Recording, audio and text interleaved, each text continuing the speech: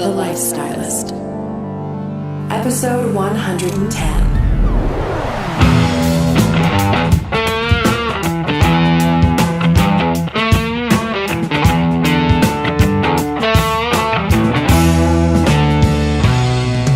I'm Luke Storey, a former celebrity fashion stylist and founder of School of Style.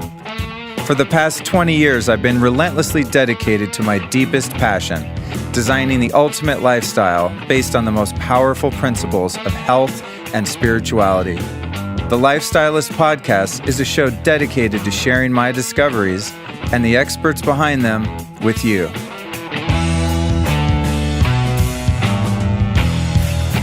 Today's show is brought to you by my friends over at Four Sigmatic. Now, you guys know for a while now I've been into their medicinal mushroom blends, the little packets that you make these amazing elixirs with.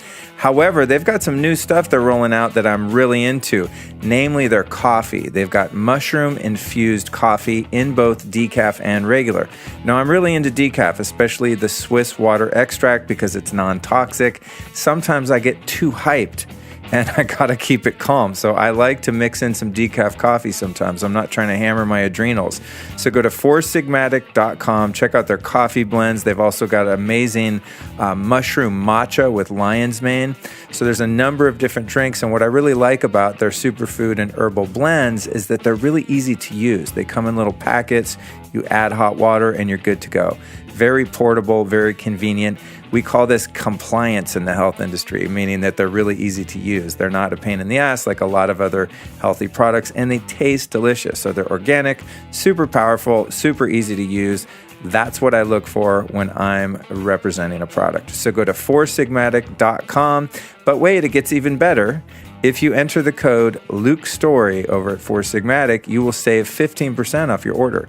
So go to foursigmatic.com, enter the code Luke Storey, and save 15%. Today's show is brought to you by Organifi. Now, you guys know I always talk about their green superfood powder. I take that literally every single morning, sometimes during the day. It's out of control, good, super powerful. However, I just got a hold of their new product called Organifi Gold, which is sort of like a golden latte. It's got turmeric, ginger, reishi mushroom, lemon balm, turkey tail mushroom, all these rad superfoods and herbs. It's, of course, totally organic. And what's dope about this particular product is you can make a hot elixir with a healthy fat, like a coconut oil, grass-fed butter, or ghee. Or you can make a cold smoothie with some kind of nut milk or something. So here's my routine. I do the Organifi green powder in the morning or maybe midday if I need a little boost. Then at night when I want to chill out, I do the golden latte using the Organifi Gold. It's a really good warm elixir. It really chills you out and it's gently detoxifying. So that's my favorite new thing. If you want to check it out and all of their products, I highly recommend them. Of course, you can go to Organifi.com with an I, and if you use the code Lifestylist, you will save 20% on your order, which is a really fat discount. I'm pretty into these guys. I think that's very cool that they offer such a substantial discount. So go to Organifi.com, use the code Lifestylist and save 20%. And make sure you check out the new Organifi Gold. It is amazing. What's up, what's up, what's up? Luke Storey back at you with yet another fantastic episode of the Lifestylist podcast. Listen, I was thinking life had gotten just about as good as it can get. I'm happy, I'm healthy, I'm fulfilled in almost every way. I've got this podcast, it's been a gift. I've been doing it for a little over a year. It's on point, it's off the chain. And then something happened. Last night I get an email from my show producer, Tati, saying, we did it. We surpassed 1 million downloads. I think we're at 1,500,000 or something like that as of last night. So as I record this right now, this show has been downloaded over 1 million times, which is totally insane because when I started this show, I wasn't a broadcaster. I don't have any training as a radio host, as an actor, anything like that. I'm just a dude who's really excited about health and spirituality and have been into it for a really long time and love to share information with people like you. So this is a celebration of sorts, bringing you today's episode with Arne Grinsted. We're going to be talking all about the healing power of lasers. This is some crazy stuff we're going to get into here. Totally next level. But before we did that, I just wanted to say, sincerely, I wish you could feel my heart. Maybe you can. Wish you could see me right now. But if you're listening to this show and you've listened to one before or a few before, I just really, really want to thank you because I have so much fun doing this. And this is truly a dream come true as an avid podcast fan. To be able to have my own show and have so many people into it, following it, and more than anything, sharing it with their friends, posting it on social media. It just means so much. So there's my first 2 minutes is thank you, thank you, thank you. We hit 1 million. And I'm going to be talking about that a lot because I don't know, for some reason, that's just such a huge number to me. It's insane. Okay, so on to this episode with Arne Grinsted. So I met Ari at the Bulletproof Conference a couple months ago and stopped at his booth because I'm like a booth junkie. I go meet every inventor of every device at every conference I go to. I'm like a conference groupie. I want to know how everything works, where it's from, how they learned it, what it does. And I find things and I vet them. And when I find something that's legit and someone who's interesting behind it, I want to share it with you. And so that's what we're going to do today. So Arne is from Denmark. And so he's got a bit of an accent, I'm going to warn you, but his English is impeccable. Don't trip on that. You're not going to need a translator, but you might want to turn up the volume a little bit just to make sure you catch all of it. So what we talk about in this episode is how he turned his passion for healing people and electrical engineering into a laser company. It's pretty cool. He's like half artist because he plays bass. He's like an old rocker. He plays blues. He's a really cool guy, but he's also like madly scientific. So he's got kind of both things going on, which I really dig. How he found scientific resources to start building lasers in 1982, which was before the internet. It's a really interesting story how he started putting together this really modern technology way back in the day. The fact that Einstein envisioned laser therapy long before they ever came to fruition. The mechanism of healing and the fast production of ATP created by this type of laser. How Arne healed a sprained ankle in 1 day using a laser he made himself. Talk about biohacking. He's an OG biohacker. The different classes of lasers and what they do. You know, you've got hair removal, tattoo removal, all kinds of crazy stuff that different lasers do. So we break that down.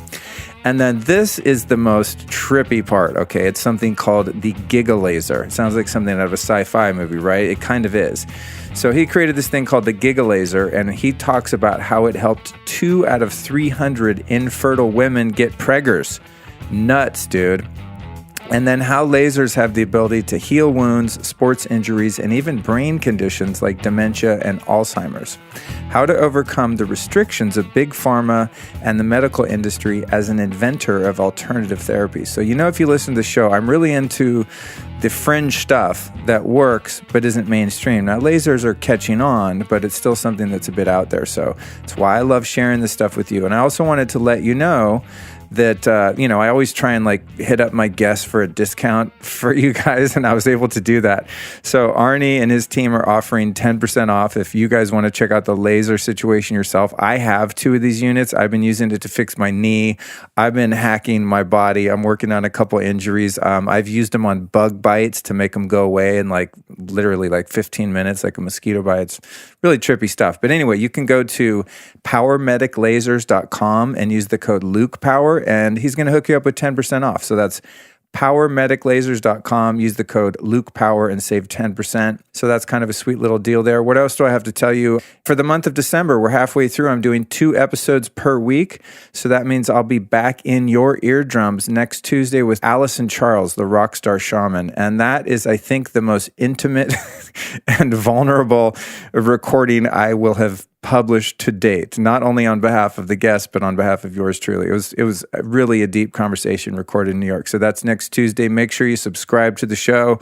Let's go for 2 million, baby. Please share this episode and any others that you find inspiring with a friend. And I really, again, just appreciate your listening. So without further delay and without further ado, I give to you Arne Grinsted.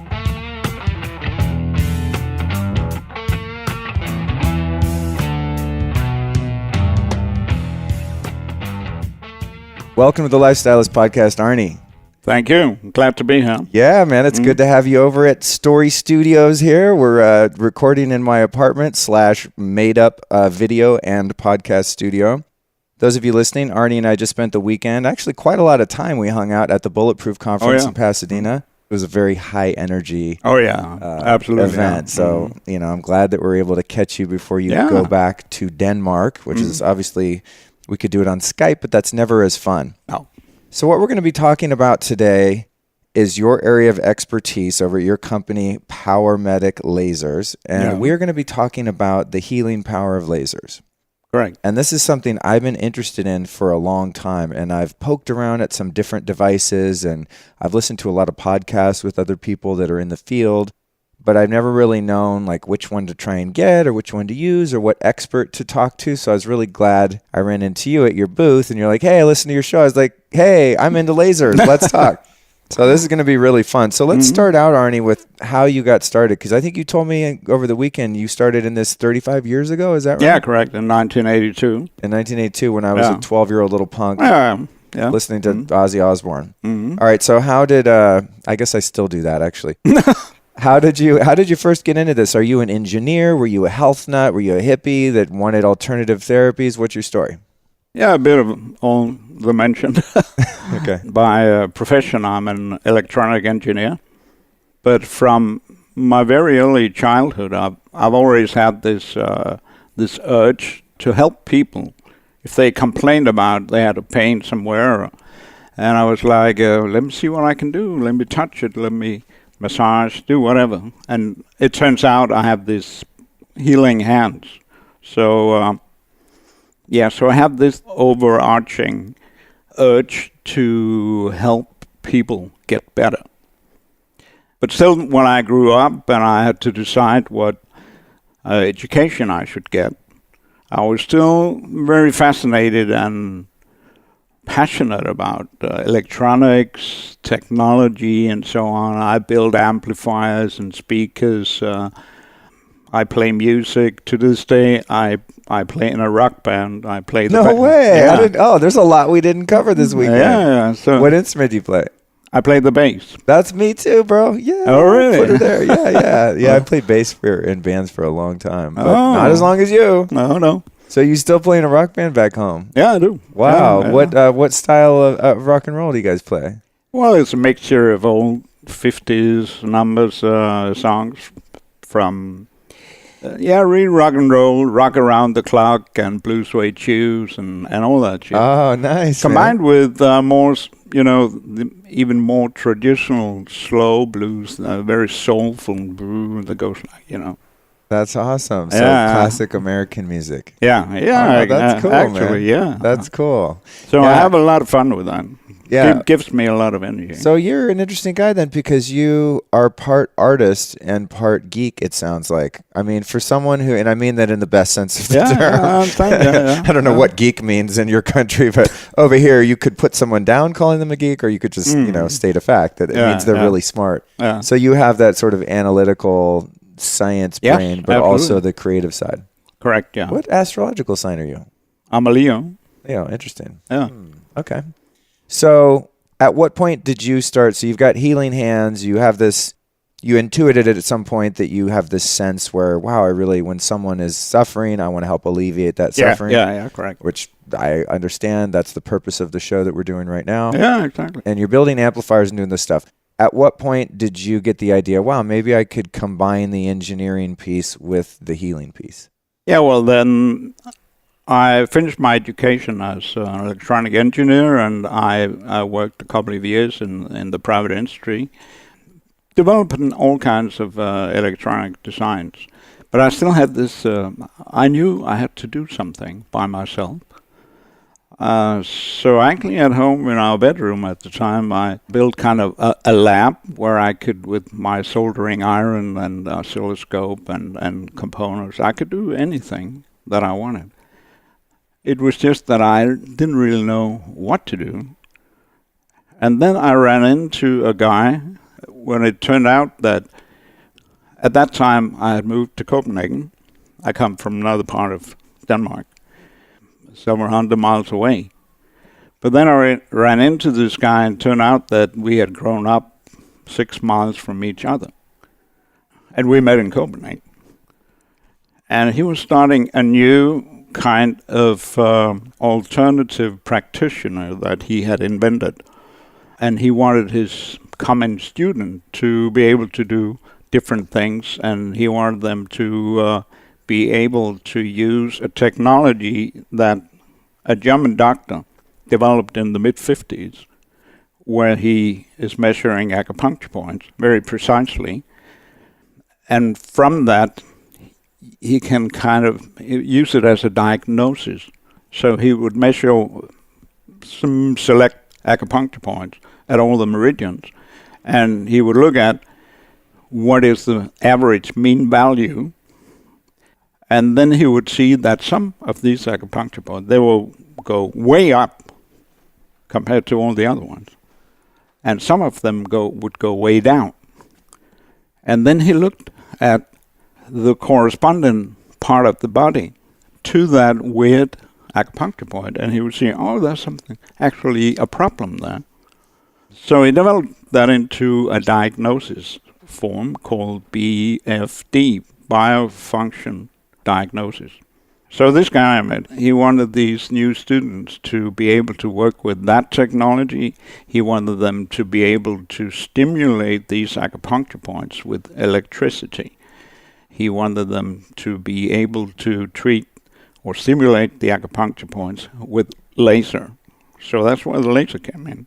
So we were sitting one evening in early 1982, and he told me about all this. And we had, when we met, it was like this, So we hang out all the time to the early hours and so on. And he told me about this, and he said to me at that point, when he explained all this, said, why don't you make such a machine?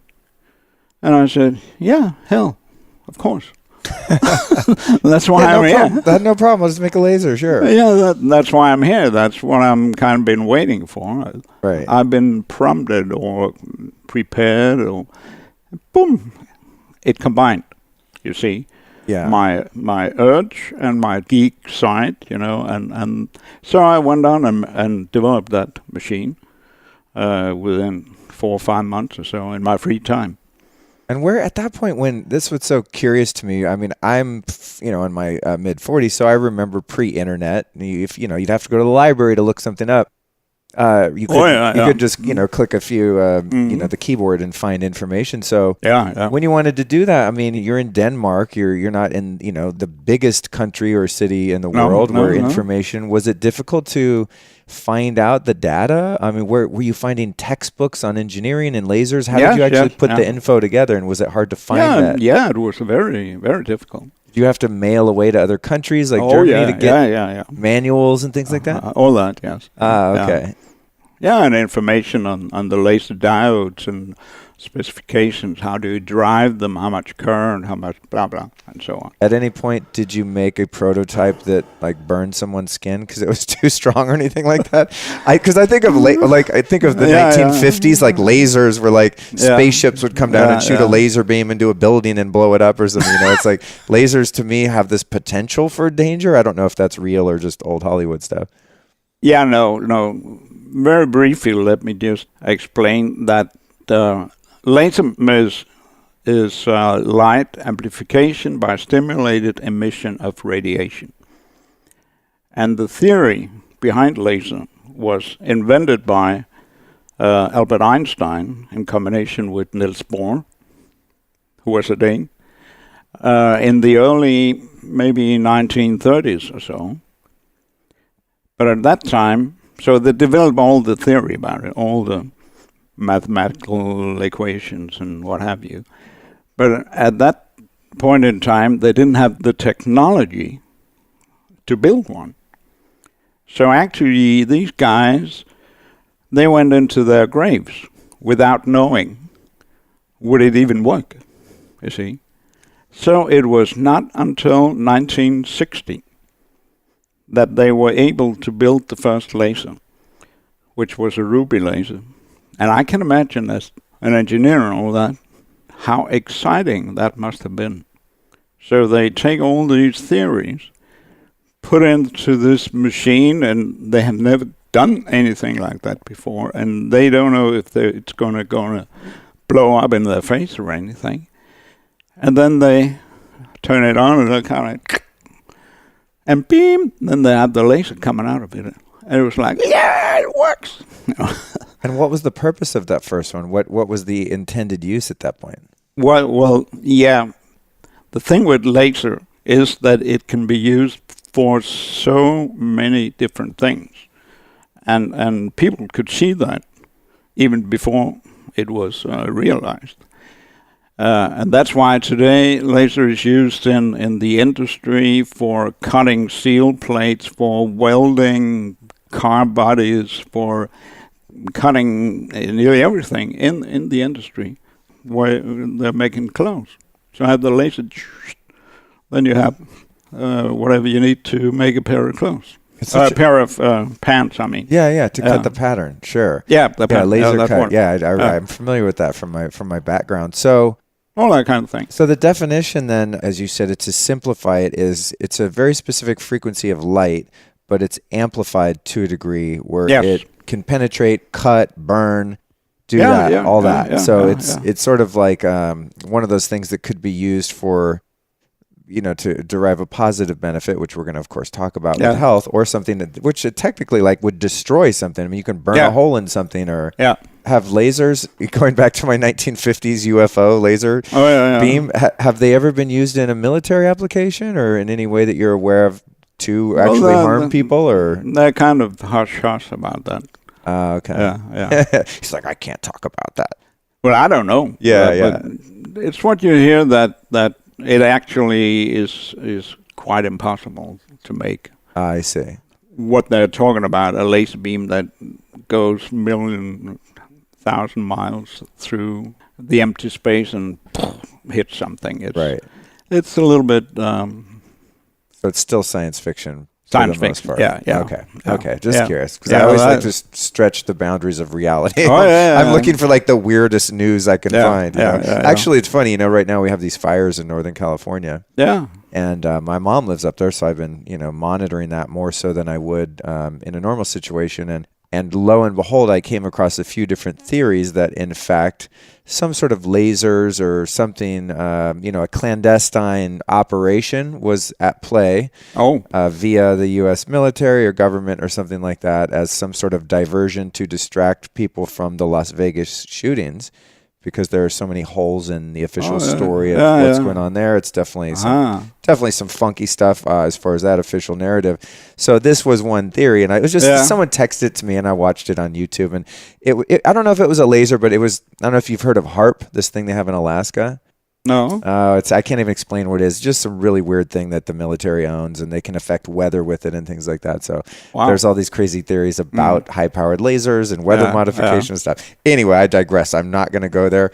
If you haven't heard of any of that and you say it's science fiction still, I'm gonna stick with your opinion. That's my understanding, at least. Yeah. So in the 35 years that you've been at this, what different types of lasers, when talking about the applications for natural healing, alternative healing and this stuff, what are some of the different iterations that have come about since you've been in the game? What are the different types, and what have they been successful in treating and unsuccessful in treating? Yeah, well, in the beginning, the technology was very limited to the amount of output power that you could build into a laser, simply because the availability of laser diodes on the market at the time. So even the first laser that I built in the first machine device was very low power. It was 1 milliwatt. But it was concentrated to a point for a stimulating acupuncture point. And it turned out it was quite good at that. So it was strong enough because it was strong enough for just this little tiny point, like a needle. Right. But it wasn't strong enough to kind of stimulate larger amounts of tissue like we do nowadays.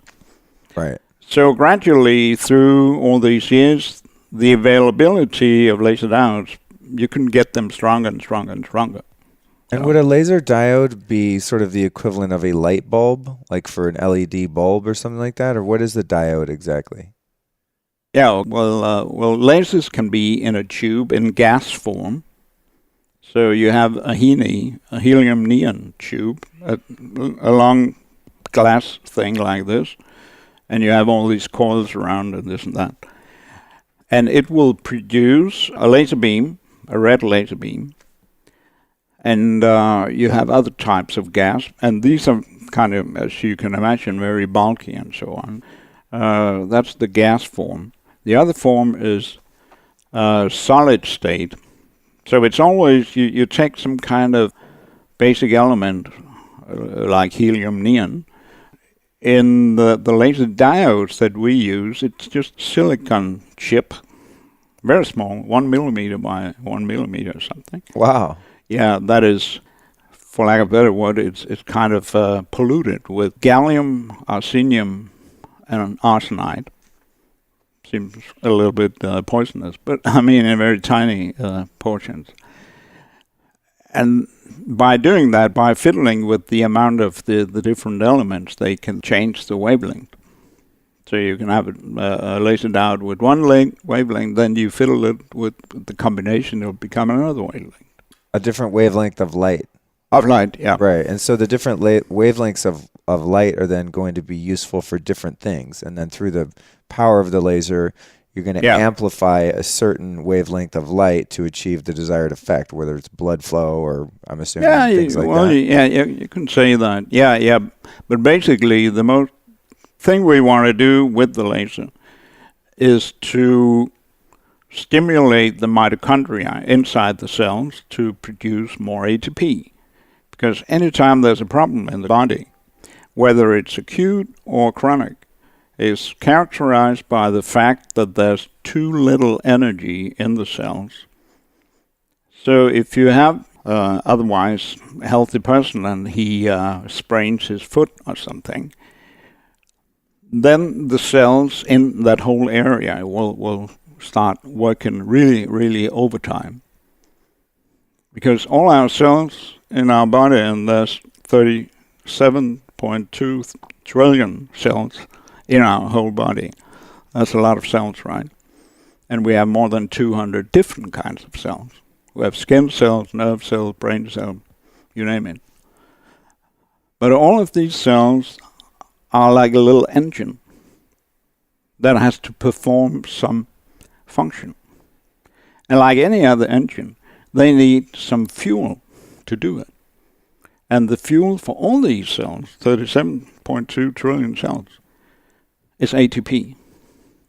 So the ATP is produced by the mitochondria inside the cells. When you have an acute injury like that, and the body starts healing that, it takes a certain amount of time, maybe 5 to 6 weeks before this guy can play football again or something.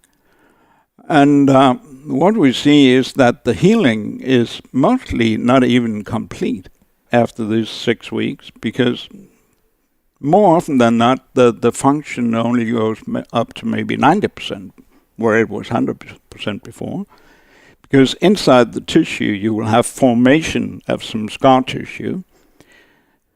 And when you start running again, playing football, this scar tissue, small little lumps of kind of unflexible, hard scar tissue will start irritating the tissue and the tendons and the tendon sheets where the tendons move back and forth and create new inflammation, new irritation, new swelling, new pain. And that's what I call an incomplete healing. You can see, or if you cut yourself or maybe you have a surgery and it heals, officially it's healed, but you still have some scar tissue there. It is stiff and unflexible and creates a lot of problems. But when you look at the acute state, when we give laser therapy to heal up an acute injury like a sprain or something, we can see that it heals up 100% within a week, less than a week. Because not only does it speeds up the healing process, we say that we accelerate the natural healing process, but it makes the healing process much more complete. And we can see that it's almost without scar tissue, or without scar tissue that makes problems. What was the first healing that you saw take place with the devices that you were making in the early days? Like, when did you realize, whoa, this is working? Well, one of the first things was actually I sprained my own foot playing badminton, my left ankle. Badminton, that's interesting. That's like a random sport. Is that big where you're from? Yeah, in Denmark, yeah. Is it? Not so big here, I guess. Yeah. Here it's a very, badminton is a very, like, East Coast waspy type of It's sport a little bit, activity. In the Hamptons, in the backyard, very wealthy white people. Yeah, that's funny. Okay, so but anyway. So you hurt your ankle, and then what? Yeah, completely. I was running to the most far corner and tripped over, so did like that on my ankle. Was it a sprain or a break or what? Well, it was sprained, and I thought it was broken because I couldn't do anything with it, and it got so swollen you cannot imagine. I went to the ER, of course, but then I got home with a crutch, and this was Saturday morning. So when I got home, I could do nothing but sit in my chair. So I grabbed my laser, and the first 500 milliwatt laser that I designed in 1997, I had just finished that. So it was way back then, 20 years ago. So I started treating this very large hemorrhage. And I took my sweet time because I had nothing else to do. So I covered the whole thing, and I could see after, that took maybe 10, 15 minutes. And about half an hour after that, I could see it fell, the swelling fell down to maybe half or something. So I repeated that maybe every 3-4 hours throughout the rest of the day.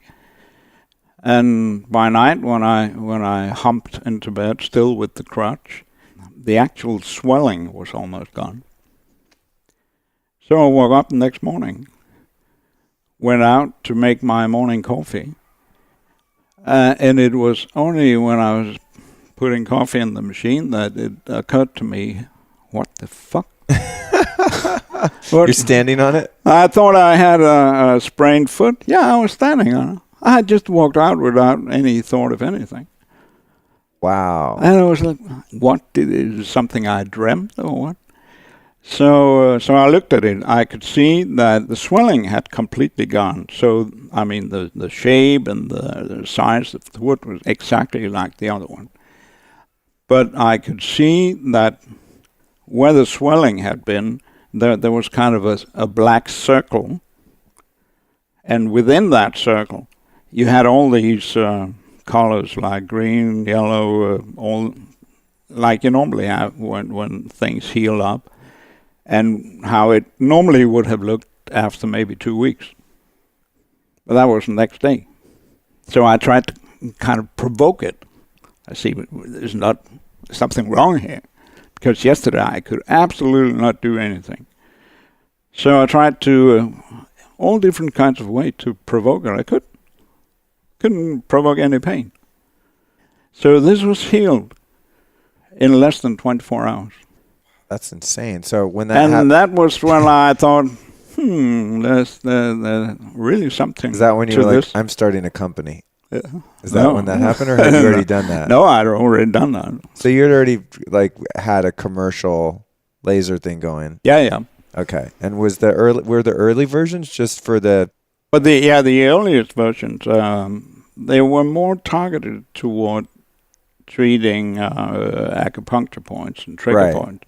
They're more localized. Right. Yeah. Right. And so when you treated yourself and you're like, oh, I did it for, a few sessions, 10 minutes. So you have a laser that essentially is a wand of some type and you're just running it over, above the skin a couple inches or something like that? Or how does the actual application? Oh, it's like a laser pen. And in this case, because we want the energy to penetrate deep into the tissue, kind of stimulating, giving energy to all the cells that are very busy repairing all this stuff.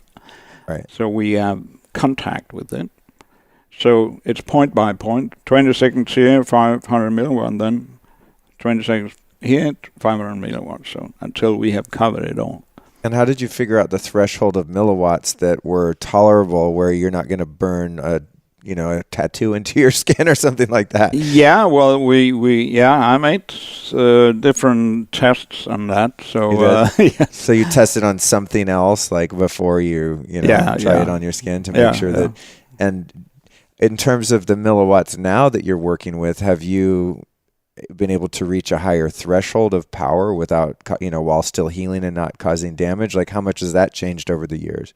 Well, actually, it's not so much because the 500 milliwatt is equivalent to the limit between class 3B lasers and class 4 lasers. Oh, what's this? Yeah. What's this class thing? Yeah, class is what all lasers in the whole world, no matter what they're used for, medical or otherwise, or laser pointers, anything, divided up in classes according to their output power, and therefore their potential to make any damage, right? So they have 1, 2, 3, and we're at 3B, and the next one is class 4, and the limit is 500 milliwatt. Oh, okay. So anything about 500 milliwatt is class 4. So even if it's millions of milliwatt. Right. So there's no class 5. Oh, okay. Yeah. And then class 4 would not be used medically or for therapy. That's for cutting jeans or that's or making cars or something. Basically, yeah. And in the medical world, they have class 4 lasers have been used for surgery, for removing tattoos and unwanted hair and fixing your eyes and all that. Oh, so those are class 4, like the LASIKs and all that kind of stuff. Yeah, so they are utilizing the fact that they can concentrate power so much that they heat up the tissue so it evaporates or burns. Whoa, interesting. Yeah, so they are destructive lasers. Right. Right. On purpose. Yeah, on purpose. Yeah. On purpose. Yeah, but the latest few years we have seen some class 4 lasers that are used therapeutically. And what they do there, in order not to burn people, is they spread out the energy over a larger area. Oh, I see. So they get a lower intensity. Right. Or watt per square centimeters. I noticed. Which then come comparable to what we are working with. I see. So on the skin level, they're actually class 3B. Oh, okay, I see. Yeah. Because it's more of a broad area. Not Yeah, so instead of focusing, they spread it out by some optics, diverging optics. So I notice as we sit here, you guys listening, I'll give you the visual. You're wearing some pretty stylish spectacles, I got to say. They're pretty cool glasses. Okay. I recently had to start wearing glasses. So you being someone who knows a lot about lasers, is there a reason why you haven't undergone the LASIK surgery on your eyes so you don't have to wear glasses? Oh, yeah. Well, I never really thought about that. You never considered it? No, I don't mind wearing glasses. So you're just used to it and it's whatever? I'm used to it. I think I look cool and all that. Well, you found some good ones. For an older guy, like your style's on point, I got to say. I'm curious because both of my brothers got the LASIK surgery. I guess there's a few different types. And my brother, Andy, he wore glasses. He was like a teenager, I think, if I recall right. So his eyes went bad really early on. And then he ended up getting the LASIK surgery and didn't really have any side effects or any issues, but it has gotten weaker. The positive benefits have kind of diminished over the years, whereas vision is still kind of declining again. And then my other brother, Cody, he got it done, and I think he did like the cheaper or faster version of it or something, and he's had a lot of problems with like his eye. He has to walk around with eye droppers. His eyes are always dry and stuff like that. So when my vision got a little weird last year, I was like, I'll wear glasses when I have to, and I try to just be make healthy choices with my eyes and exercise them and stuff like that. And I heard some of these you have not so good stories. Yeah, it seems a little dubious. I'm not sold on the idea. And the thing is, when you get older, the ability for the eye to accommodate, as they call it, so change focus at different distances. That's what they tell me happened to me from looking at computers and phones close up all the time. My eyes lost the ability to stretch back, or they are stretched out, I guess, essentially. They've lost the ability to switch back to far away focus. Yeah. Yeah. And I had this going on for like a year, Yeah. but I didn't realize it was happening, but I'd get very disoriented at night. Like it happened to me one night in New York City. I landed and I went to try to find something to eat and couldn't see any of the signs, and I was getting all confused and turned around. But I didn't realize it was my eyes. And then I came back to LA and it started happening again. Someone said, dude, have you gone to an eye doctor? I was like, no, that's impossible. I'm the healthiest guy ever. Like my eyes are going to last, till I'm 150. And I went to the doctor. He's like, yeah, dude, your vision sucks. So it's unfortunate. But I'm not going to do the lasers until they're totally vetted and people aren't having side effects. Yeah, exactly. So, well, how long have you had this iteration of product? You have a couple different products I saw at the conference. You have this big, massive sort of panel. Yeah. It looks more of like what a practitioner would have in their correct. therapy office. And then a couple little like wand type ones that they look like it's a flashlight or something like that, essentially. So how long have you had the iterations of products that you have now? Like how many prototypes did you essentially go through until you're like, okay, now we've nailed it. Like we got the right, the right frequencies, the right power, like we're getting results. How many different ones did you go through? Well, what we have now today, the pens, the laser pens you saw, I designed 5 years ago, but they were actually an upgrade or second generation of the ones I designed in 97. The one you healed your ankle with? Yeah. Okay. So it was an upgrade from that, and the big one, the Giga laser, as we called it, it's around 10 years old. Oh, okay. Yeah. And let's talk about some, because this is where it gets fascinating. I mean, I want to cover the background because I'm just curious and I like to know how things work and where they came from. But we were talking about some results that you've been able to get, and especially the pregnancy one. That one was a trip. So I want to talk about that. What are some of the things that people are treating, the ankles and things like that? What are some of the other injuries or physical issues that people are getting results? You can say that traditionally, since laser therapy emerged there in the 80s, early 90s and so on, has been mostly muscle and joint disorders, like the mechanics of the body. Right. On one side, the other thing is wound healing, leg ulcers, bed sores, and so on.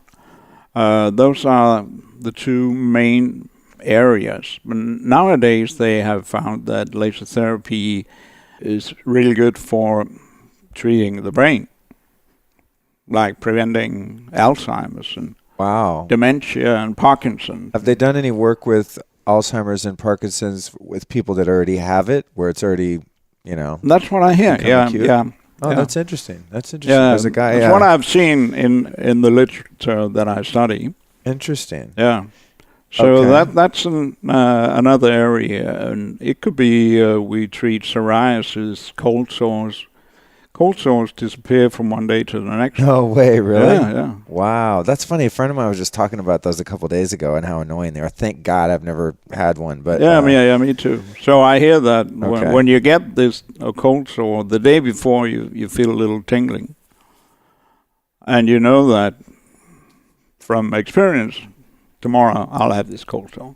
But if you treat it with the laser at that time when it's only a tingling, it will never come out. Wow. Yeah. Damn, that's cool. Yeah. So joints and knees and skin issues, eczema, all this kind of stuff. Yeah.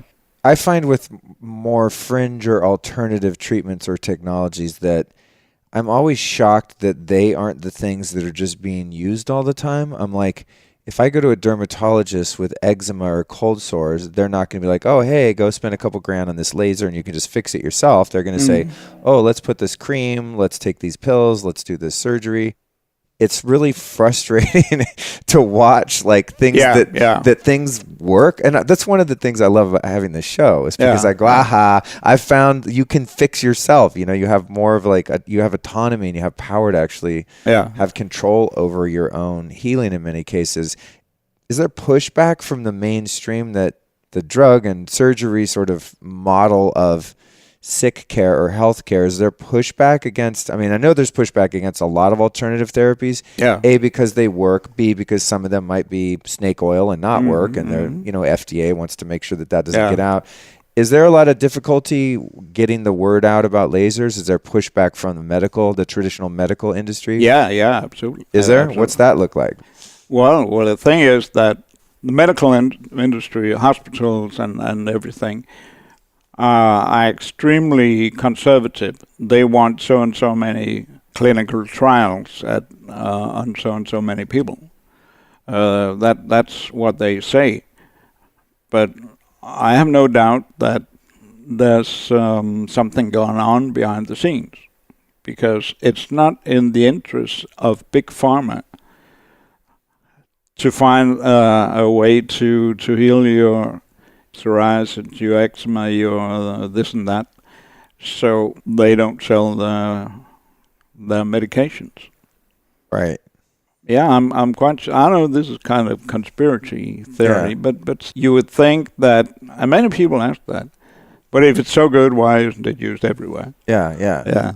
Well, that's the bizarre. I mean, I cover a lot of this kind of stuff, and that's the bizarre. The PMF technology is another thing. There's so many things. I'm like, why don't they just make a hospital that has all this stuff? Yeah, why not? You know, and you go to the hospital, you get a diagnosis, and then you get treated with these things that don't have. Well, maybe we'll talk about side effects, but I don't think there are any. But that don't have side effects, you know. And it's interesting. I think with some of the stuff that works in natural healing, I can see why, you know, big pharma in the medical industry would be reluctant, or even, like you said, on a more conspiratorial tone, actually suppress information because they can't patent it. You know what I mean? Yeah, exactly. But, that's my point. But a device like, I mean, your device is patented, I would assume, right? Your specific technology? No, my design is. Your design is. Yeah, but I haven't invented laser therapy. Nobody has, so to speak. So from that standpoint, then, you know, in terms of big corporate money behind big pharma and the medical industry, anything that they can't corner the market on and patent them is sort of suppressed or dismissed, because obviously it doesn't serve the bottom line of those corporations. Yeah, they badmouth it. They're like, they badmouth it. Yeah, that's kind of what I'm getting, and that's, you know, it's the great thing though about now with modern media. You know, until somebody tells me I can't have a podcast, I can talk about anything I want, which is fantastic. You know, exactly. Hopefully it stays that way. Yeah. I mean, I can't say anything I want, honestly, because of the thought police of our current culture. But in terms of, you know, having a platform by which to share information that's alternative, I'm grateful to be able to do that, because there's so many things I find that work, like this thing over here. We don't have a chance to show it to you, but it's called an amp coil. It's my latest really fun piece of technology. It's biofeedback and PMF combined kind of thing. And I'm getting great results with this thing, but you can't go to the hospital and use it. No, exactly. You have to know someone who has one and go to their house. It's, you know, there's nothing really underground about it, but there's not a big push from the medical industry, and it's people are having great results with seemingly incurable things like Lyme disease and the such. Exactly, you know? So it's like, it's frustrating to sort of sit on the sidelines and go, God, I mean, I rarely watch TV, but when I do and I see, you know, an ad for some drug, I'm like, don't people know you can get rid of diabetes? Like, you don't have to take medication or, you know, high blood pressure medication and all this kind of stuff. I'm like, what? That's people crazy. still believe this? Because I've been outside of that sort of mainstream paradigm for so long now. And I see people and have anecdotal stories of people having the ability to heal themselves with alternative therapies and technology. And, you know, even like you said, people putting hands on other people and healing them, all that kind of stuff. Stand by for a brief yet crucial announcement. Since I launched this podcast over a year and a half ago, I've received literally hundreds of inquiries from listeners asking me for my top recommendations in terms of health supplements and biohacking technologies. Now, I'm someone who's been borderline obsessive about health for the past 21 plus years. It's kind of just my thing. It's what I'm good at, and it's what I really enjoy. And I really love passing my findings and research on to my friends and listeners. What many of you don't know, however, based on the number of emails that I still get asking the same questions, is that I now have a store on my website where I've curated created all of the best stuff that I've found in all of these years of research and development. So if you want my recommendations, it's really easy. You can find them all in one place. Go to lukestorey.com/store, and there you will find every single product and service that I have personally found and vetted and feel confident in recommending to you, the listener. So again, go to lukestorey.com/store, and you'll find all of my top recommended products there. It's important to note, however, that I do not personally sell anything. However, on my store, you'll find a description and a link, and in many cases, even a discount for all of the products and services that I endorse on my web store. So go to lukestorey.com/store to find everything you'll need to support a healthy lifestyle. So as a business person, has it at any point been frustrating trying to, maintain and grow a company with some technology that is, gets that pushback or isn't widely accepted? Or well, absolutely. It has been extremely frustrating at points.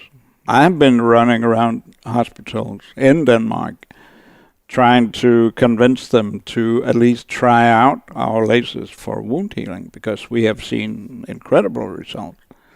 I had this guy with a diabetic foot ulcer, like 2 inches wide, on the ankle here.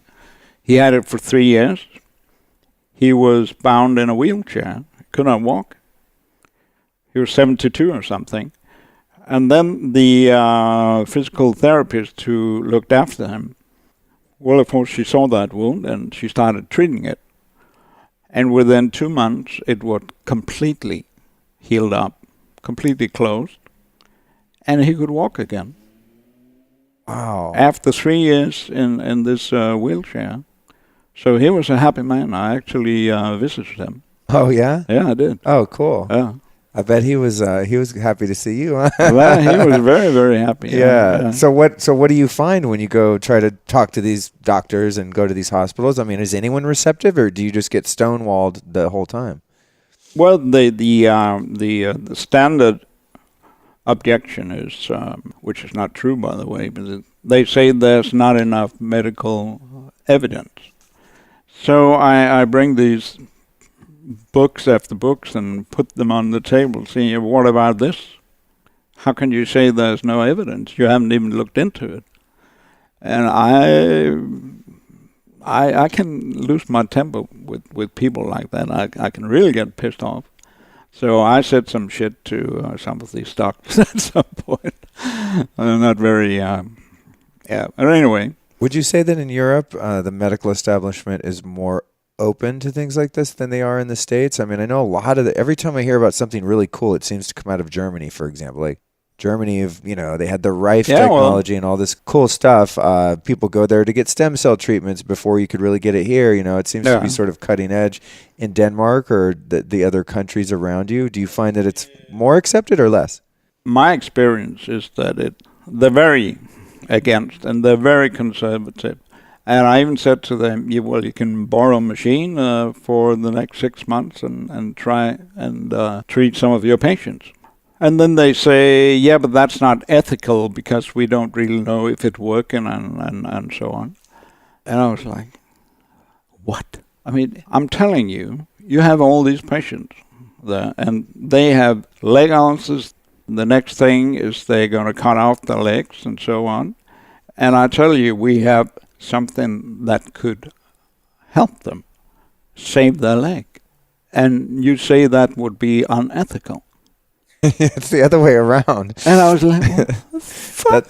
That's the inverse reality we live in, man. It's like things are literally backwards. Yeah. It's like, no, it's unethical to heal someone. Wait, what? That's got to be that's got to be frustrating. Very frustrating. It's frustrating to me, and I don't even make anything. I just like talk for a living. But talking to so many people like you, I'm like, God. So how do you work through the frustration of that? I mean, do you just, at the end of the day, you put up a good fight, and if things don't get over, I had to let it go. Yeah. I had to let it go because you can't win all fights, so you better pick the fights that you can win.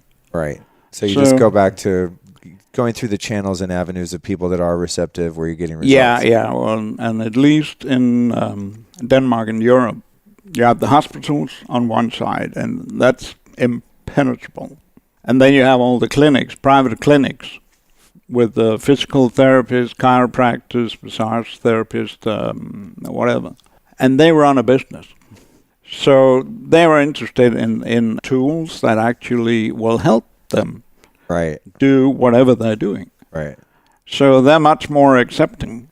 They were not 20, 25 years ago. They were not, but now they are.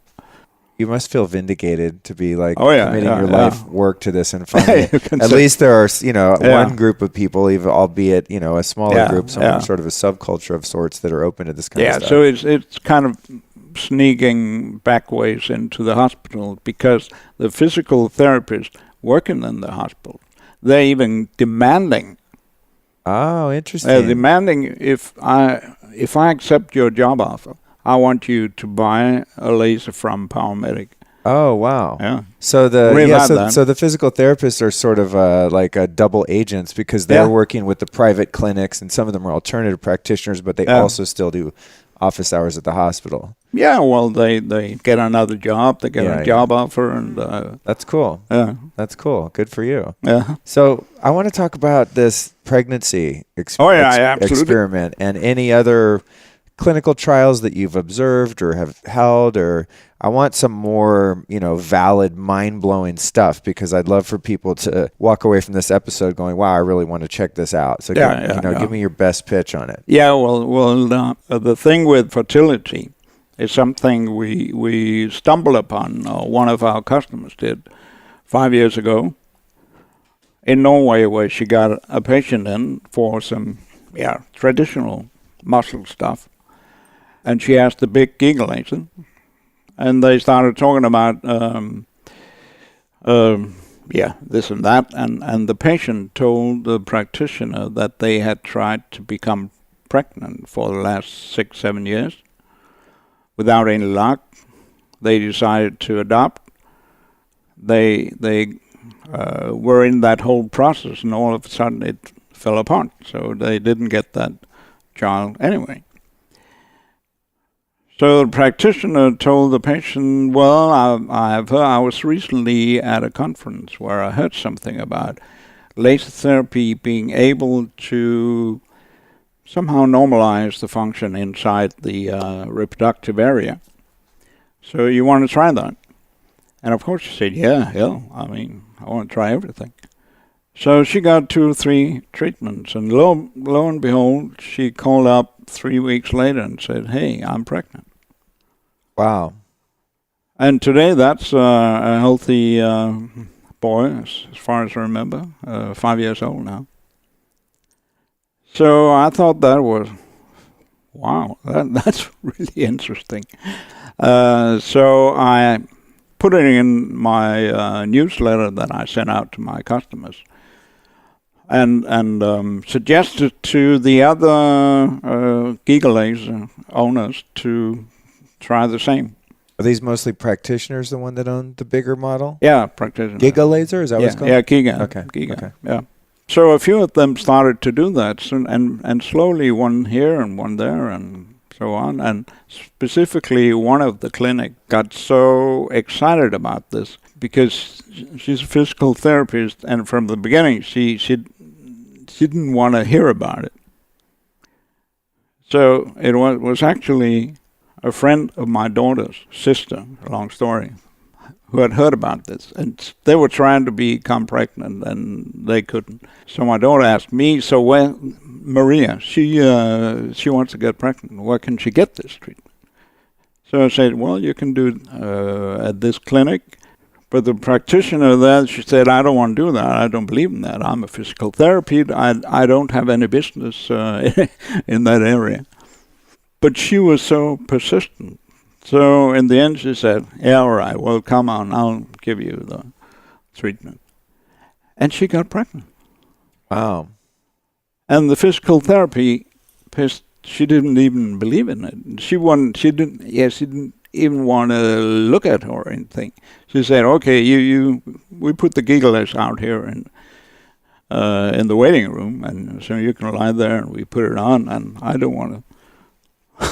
Didn't want any involvement other than that. No, not at that point. Yeah. But she got pregnant anyway. So that's the thing with laser therapy. It works whether you believe it or not. Right. And because she got pregnant, she was like, okay, maybe there's something about it. So she started working more and more with it, and she made a lot of studies, find out what's in the medical, what's in the scientific field that's already has been done. It turns out there's quite a lot been done.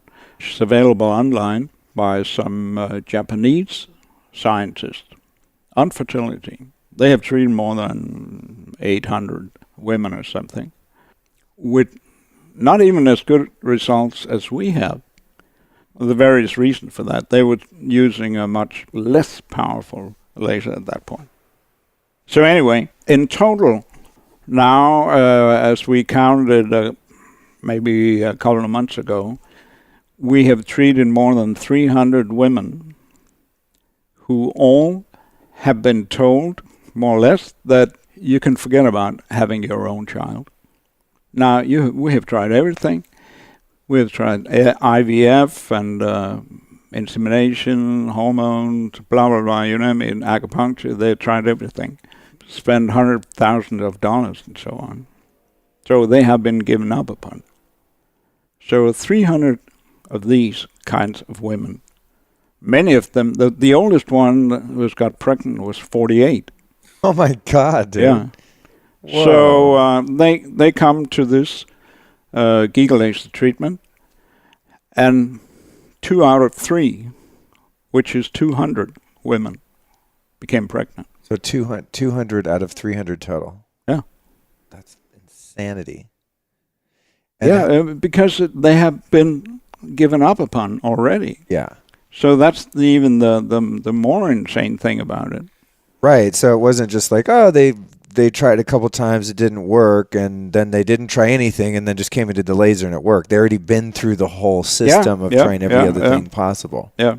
Wow, dude, that's crazy. And really. So with that infertility issue, then is the woman then in the device used on her abdomen, to penetrate the reproductive organs? Yeah, precise. And for how long is like a typical session, and how many would they generally do of those sessions?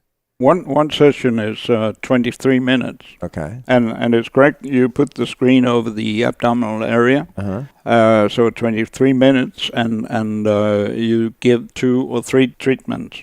Actually, you start on the first day of the menstruation, give 3 treatments the following week, and then 3 treatments again. So it's up to 6 treatments, up until the day where they expect the ovulation, and where they have planned a new insemination, whether it's IVF or whether it's the natural way. Wow. And how did you come up with the 23 minutes and the protocol of the number of times and timing it with the menstrual cycle and all that? Well, the thing with the menstrual cycle is something that these people working with the physical therapist have developed. I see. Yeah, the 23 minutes has to do with the ability to be able to deliver in total over that area, which is 500 square centimeters, like this, 20,000 joules, which is quite a lot. Wow. Yeah, 20,000 joules. That was the goal. So that's the technical part of it. Yeah. So the way they used it is something they have developed. So they will stop until the ovulation, and then they'll take a break to see is she pregnant or not. If she gets the menstruation again, okay, she's not pregnant. Then they repeat it. I see. But most of the 200 who got pregnant happened within the first 3 months. Oh, that's crazy, dude. It is. So one can assume then, based on the mechanism of action, that you're increasing the mitochondria, thus then the ATP within that area, and all of those different organs are sort of being energized and brought back to life. And it's not like it's creating life, it's just enabling them to do what they're supposed to be doing anyway. Yeah. Right? Exactly. Because they've sort of lost their chi, for lack of a better term. They've lost the ability to produce the energy needed. So you can imagine the amount of energy that has to be going on in there for life to be introduced, right? Exactly. Yeah, that's interesting. Yeah, we were talking about mitochondria before. Mitochondria are in each and every cell, but some cells, there are many more mitochondria in other cells. So in our brain cells, there's up to 10,000 mitochondria inside one cell. And there's only one area where there's more mitochondria in the cells, and that's the female productive organ. No way. Yeah. Interesting. I didn't know that. Much more than I always think 20, about the brain and the heart. Yeah. That's trippy. Yeah. So that makes perfect sense then. Yeah, so when there's too little energy, too little fuel in all the machinery that is needed to to make a new life, right? What about for men? Have there been any experiments with men who are what are they? It's not called impotent. That's when you can't get it up. I guess would men be infertile, or what does it mean? How do you medically say it when a guy's shooting blanks? Shooting blanks. That's how I say it.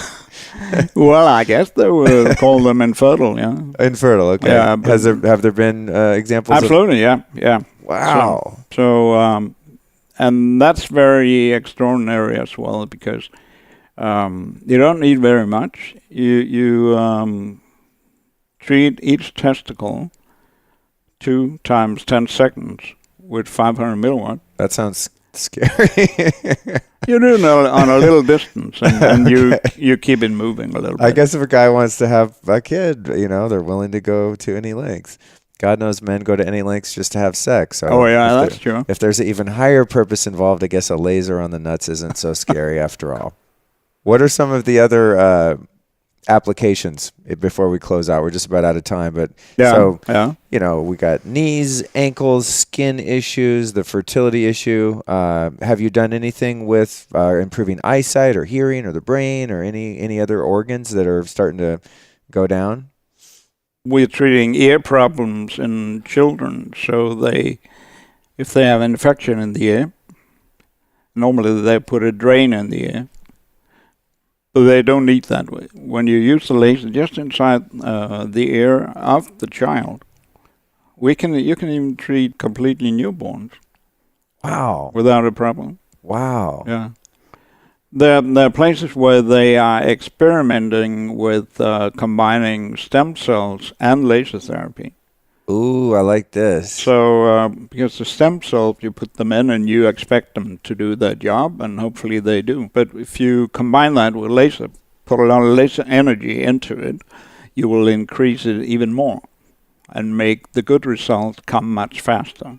That's cool. I want to do that on something. Yeah. So I did a show a few episodes on stem cell therapy, and I'm fascinated by that. Yeah, fantastic. Unfortunately, it's still quite expensive. It's for the not for the faint at heart or the thin and wallet. Mm-hmm. But I like the idea of, and that's something I do with biohacking stuff, is I like to stack different technologies that I have found to be like so you kind of maximize the results of each one, or if nothing else, just save yourself time. So it's like if you're going to spend 10 or 20 minutes treating yourself with some device, why don't you just do 3 things at once and save yourself some time to do whatever you're going to do later. So what's next for you and the company? What do you guys have going on? Any plans for expansion, new technology, devices? What's next for you?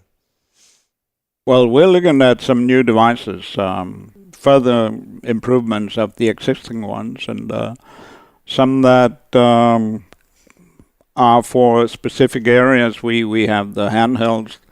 We have the big screen, stationary doctor's office thing.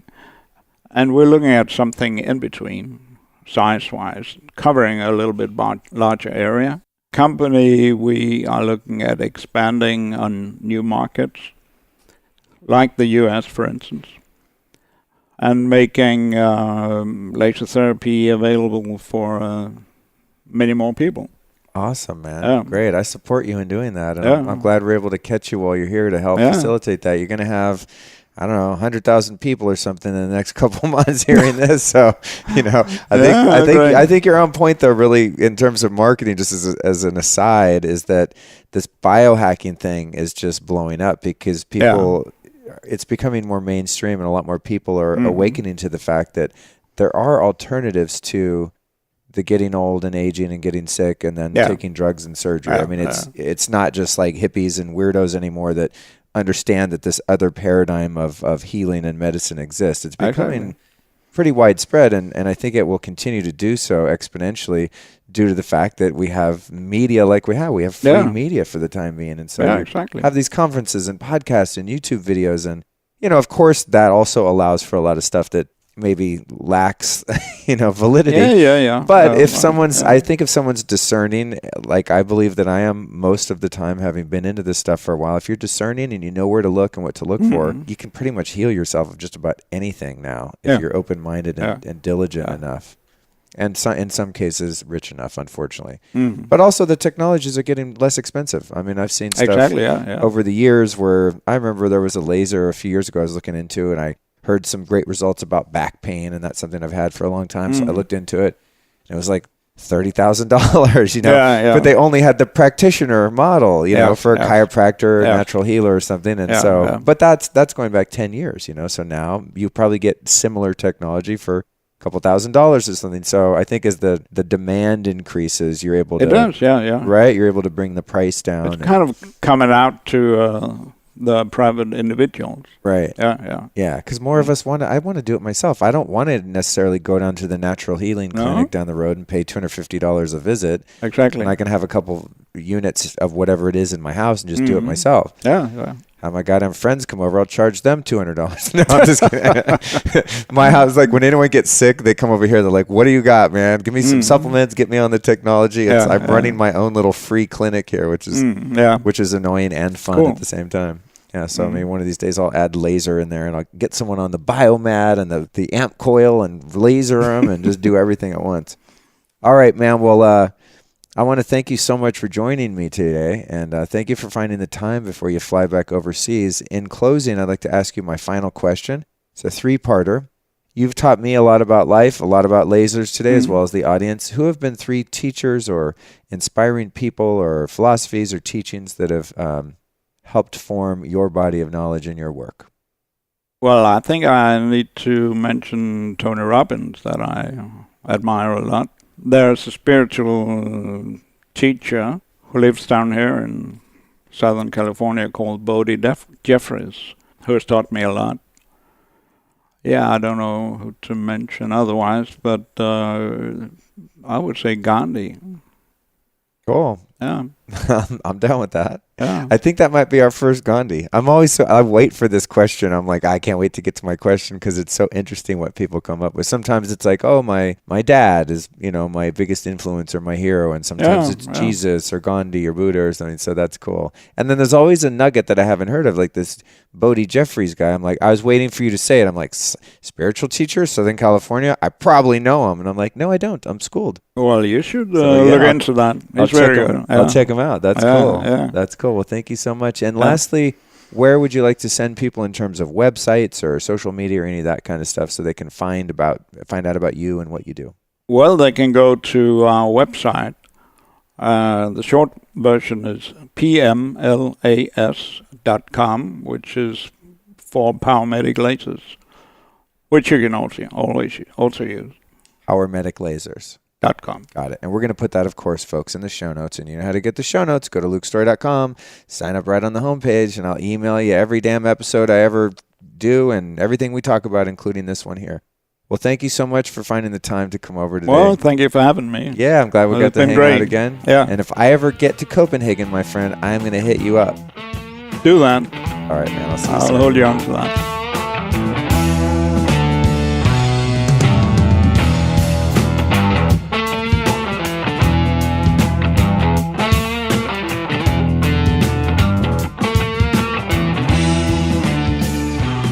So that was a download of some really trippy information, right? If you're anything like me, and I'm guessing you are if you listen to this show, you probably want to grab a laser right now and start working on yourself, right? I'm thinking of any possible injury that I can find now to use these freaking lasers on, but I'm just wired like that. I'm an obsessive nut when it comes to health, and I just want a perfect body, not the way it looks. I don't think that's ever going to happen, but a perfectly functioning body. So it was really cool to sit down with Arne and learn all about the power of lasers. And don't forget, if you want to check this out for yourself, you can go to powermediclasers.com. You can use the code LukePower and you can save 10% off if you decide to hook yourself up. What else do I have for you? I think that's it. Check in on Tuesday for my episode with Allison Charles. It is a tearjerker, okay? So you want to subscribe to make sure you don't miss the show. I want to thank you again for helping me to hit 1 million downloads. Let's get up to 2 million by June 2018. I've got 6 months. I want to get up to 2 million because it took me a little over a year to get to 1 million. And getting this information out into the world is not only helping me, but it's helping all of the inventors of these crazy, amazing devices and spiritual teachers and all the people that I interview. So I've got some really exciting guests coming up in 2018. You guys are going to freak. I don't want to blow the surprise now, but you're going to freak at some of the people that I have coming on. Like, I'm shocked at who is actually saying yes to my ass when I'm sending out some requests. I've been putting a few of them on Instagram because I get so excited, but that's in my stories and they disappear in 24 hours, which, by the way, if you don't follow me on Instagram, you might want to do that. I'm at Luke Storey. And the last thing I want to let you know is a really exciting announcement, and that is that we now have a Facebook group just for us, friends. That's right. We've got a Lifestylist Podcast Facebook group. I want to invite you in to join. I just launched it last week, so I'm starting to curate it and get in there and interact with you guys. So I wanted to create a central hub where we could all kind of hang out. I get a lot of DMs on Instagram. I get a lot of emails to my website. That's really cool, but those are so private, like only me and you see that. But if you have questions, I encourage you to get into that Facebook group, drop your questions where not only I will answer them, and I'm going to be doing a lot of Facebook Lives and stuff like that, but then also other listeners of the show can interact and make suggestions, and we can all kind of hang out as one big happy virtual family over there. Of course, when you get over there, there are some rules, and you'll find those on the page because we don't want it to turn into insanity. But let's make it a non-politically correct, safe place, as if that makes any sense. You know what I'm saying? Like, let's keep it real over there, but not get too crazy. All right, so see me at the Facebook group. Super easy to find. All you have to do is just go onto Facebook, search the term Lifestylist Podcast, and you will find the group. It's an open group. I think you still have to, ask for an invite, but I only vet you based on you not being a bot or something. So if you're a listener to the show, we're going to let you in, and we're going to party, okay? Thank you so much. Merry Christmas to all of you. Happy holidays wherever you are in the world, and I look forward to bringing you tons more great episodes for the month of December. See you soon. Don't forget to let those fingers do the typing to get yourself over to Organifi.com with an I, where you can enter the code LIFESTYLIST and save 20% off on all of their fantastic products, not the least of which being the new Organifi Gold, which is my favorite warm golden latte evening drink. I mix it up with a little butter or ghee, and it is absolutely fantastic. You got to try it out. It's very relaxing, calming, detoxing, superfoods, herbs. It is amazing. Okay, check it out at Organifi.com. Use the code LIFESTYLIST and save 20%.